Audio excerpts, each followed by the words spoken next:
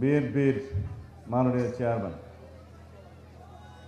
বাংলাদেশের প্রধানমন্ত্রী, সংসদ নেতা শহীদ রাষ্ট্রপতি জিয়াউর রহমান এবং দেশনেত্রী বেগম খালেদা জিয়ার সুযোগ্য উত্তরসূরি জনাব তারেক রহমান, মঞ্চে উপবিষ্ট সকল মন্ত্রীবর্গ, আমার প্রিয় এখানকার নেতা সংসদ সদস্য জনাব লুৎফর রহমান কাজল, এই এলাকার সম্মানিত জনগণ, আসসালামু আলাইকুম রহমতুল্লাহ। 47 বছর আগে জিয়াউর রহমান আসছিল না, এটা খবর আইছে ফোয়ারে অন্য দেশের রাষ্ট্রপতি রাজা রানী আসছিল,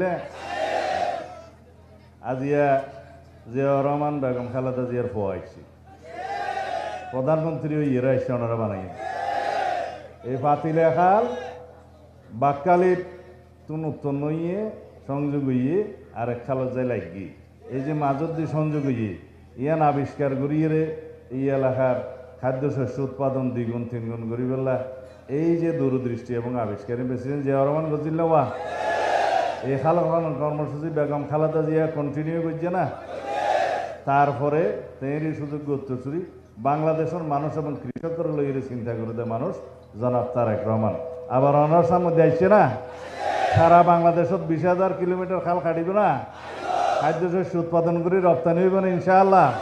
জিয়াউর রহমানের মতো অনবেক্ষণ আসন না ইনশাআল্লাহ।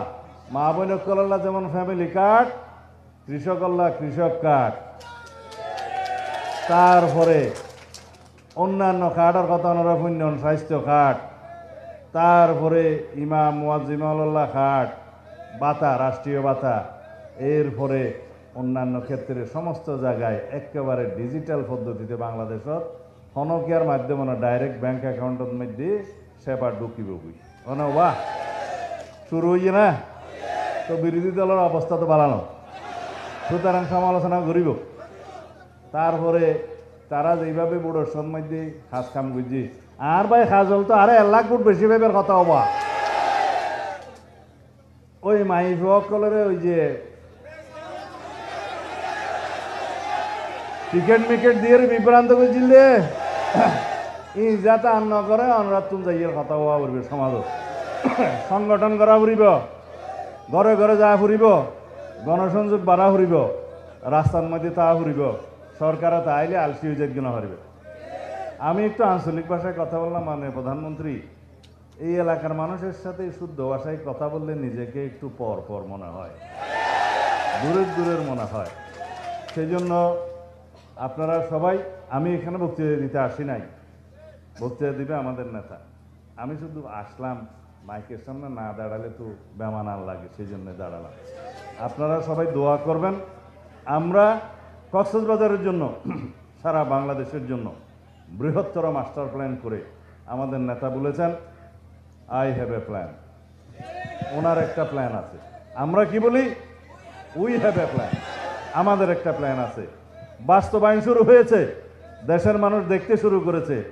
সেটা সরকারে দায়িত্ব গ্রহণ করার পরে, আমরা ক্ষমতা বলি না, দায়িত্ব গ্রহণ করার পরে একে একে এই বুটের কালি মুছে যাওয়ার আগেই বাস্তবায়ন করা শুরু হয়েছে। এটার নাম বিএনপি, এটার নাম শহীদ রাষ্ট্রপতি জিয়াউর রহমান, দেশনেত্রী বেগম খালেদা জিয়ার সুযোগ্য উত্তরসূরি, ওনার নাম আমাদের জননেতা, এই দেশের জনগণের আশা আকাঙ্ক্ষার প্রতীক জনাব তারেক রহমান।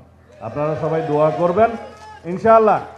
এমপি সাহেব আছে, কাজলের সমস্ত দাবি দেওয়া আজকে আমরা বিকেলে সুদী সমাবেশে বসে আলোচনা করব, মাননীয় প্রধানমন্ত্রীকে অনুরোধ করব, আপনারা অনেক কিছু শুনতে পাবেন এই এলাকার মানুষের জন্য, কক্সবাজারবাসীর জন্য, সারা বাংলাদেশের জন্য যা কিছুই প্রয়োজন তিনি চিন্তাভাবনা করে রেখেছেন, একে একে সেগুলো পরিকল্পনা প্রকাশ করবেন, ইনশাআল্লাহ বাস্তবায়ন হবে।